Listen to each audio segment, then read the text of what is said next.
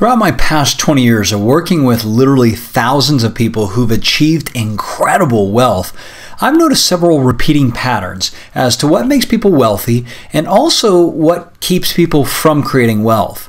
So in order for you to win the wealthy game, it's important for you to become highly aware of the actions and the behaviors that are either helping you earn and grow money or the actions and behaviors which are holding you back from ultimate financial mastery. Now, I know this doesn't sound like rocket science, right? But it's imperative to start to understand why people achieve wealth. One of the first reasons that they achieve wealth is they know their financial playing field. They've got their stuff together, if you know what I mean. One of the reasons people don't achieve wealth is because they keep their heads buried in the sand. I call this the ostrich approach to wealth. They've got their head in the sand and their you-know-what's in the air, which obviously makes them pretty darn vulnerable to some pretty bad situations. So don't be this guy when you're starting to deal with wealth. All right. Another reason that people either achieve wealth or they don't is they have an abundance mentality, but more importantly, not just the abundance mentality, they're emotionally engaged in wealth. On the flip side, you see people who have a scarcity mentality.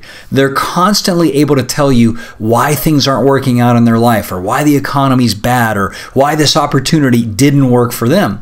Simply said, they're focused on all the wrong things. And whatever you focus on, I can promise you this, that's what you're going to create.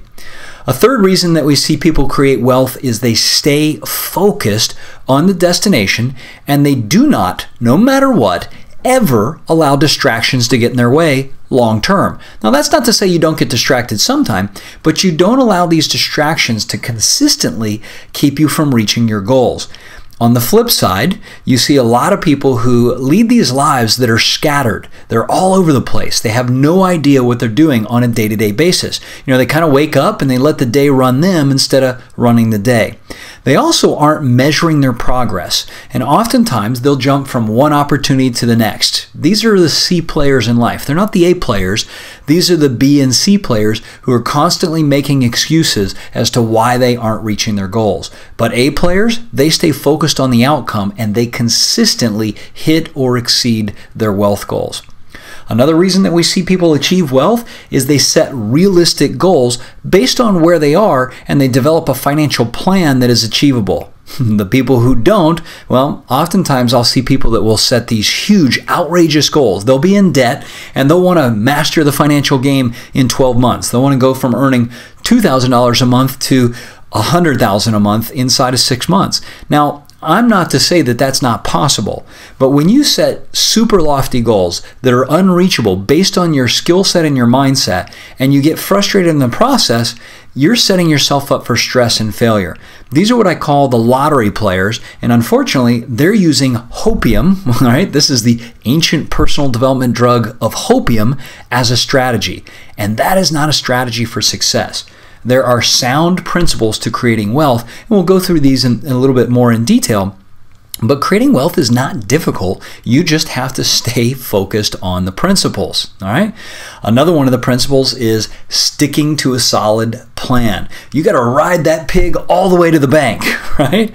When you don't have a financial plan or you have holes in your plan, it's like you're in the game, but there's constantly money just slipping through your fingers. It's getting, things on new TVs or new phones or vacations or people who are so stressed out that they got to have that massage, or they got to get their hair done. And yet all the while they're going deeper and deeper into debt instead of getting on top of the game and making sure that they're handling their emotional and mental behaviors around wealth.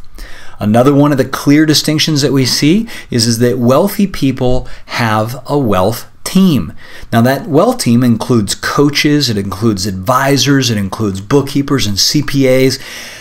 All of these people are here to do a couple of things. Number one, to help them understand where the opportunities are, but they're also there to help them shift their belief systems, help them calm down if they go insane for a couple of days. And trust me, I've done this. I get so many opportunities that come across my desk that I'm calling my wealth team probably once a month saying, hey, what do you think about this investment or that investment or this investment? And they remind me, hey, that may be a great opportunity, but it's not in our current plan. Let's stick to the plan that's working because that will lead us to the end destination. Again, one of the reasons that people don't achieve wealth is because they're not open to coaching. They don't listen to advice from even the most seasoned wealth experts, or they're so busy telling you why things aren't working that they never have space for the people who are actually making money and creating wealth. So ask yourself, which of these are you? With every one of these examples I've given you, it's a pretty hard line that we're drawing, and just ask yourself, what have you trained and conditioned yourself to be? On the side of the wealthy, or have you trained and conditioned yourself to be on the side of the poor? Another clear example is that wealthy people see making and growing money as a huge priority in life. It's literally a must in their life. On the flip side, people who are poor, people who struggle or never achieve wealth, they see money as a way to get by. They see it as a way to pay the bills. They don't see growing money as important. And as a result, they don't oftentimes keep money even if they attain it. The last one that I want you to consider is, if you're wealthy and you're on the wealth side of the game, you're constantly looking for opportunities to make and grow money. It's actually a habit. It's a mindset. It's something that you get excited about the same way that some people get excited about a new movie that's come out or a new car that's come out. Wealthy people get excited for the opportunity to make and grow money. That's just the habit that they have.